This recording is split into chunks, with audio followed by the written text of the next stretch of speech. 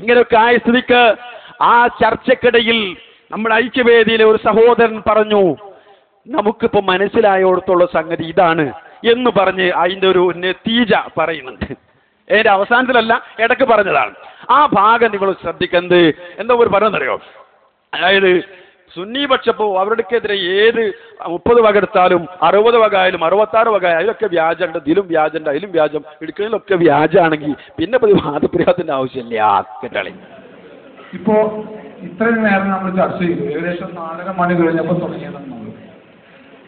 ഇപ്പൊ ഞങ്ങൾക്ക് മനസ്സിലായത്, ഞങ്ങളെ ഈ മുസ്ലിം ഐക്യവേദിക്ക് മനസ്സിലായത് എന്താ വെച്ചാൽ, ഇപ്പം 37 ഏടായാലും സുന്നിപക്ഷം പറയുന്ന ഏത് ഏടായാലും അവർ പറയുന്നു അതിന് വേറൊരു പതിപ്പ് ഇവിടെ ഇറങ്ങിയിട്ടുണ്ട്. ആ രൂപത്തിൽ എല്ലാ ഏടുകൾക്കും ഉണ്ടെങ്കിൽ പിന്നെ സംവാദത്തിലെ ഒരു പ്രയോജനവും ഒരു പ്രയോജനമല്ല. കാരണം 33 അതിന് വ്യാജൻ, 88 അതിനും വ്യാജൻ. ഏതിനും വ്യാജനാണെങ്കിൽ പിന്നെ നമ്മൾ സംവാദത്തിൽ പ്രയോജനമില്ല എന്ന് ഞങ്ങൾക്ക് മനസ്സിലായി. അല്ല,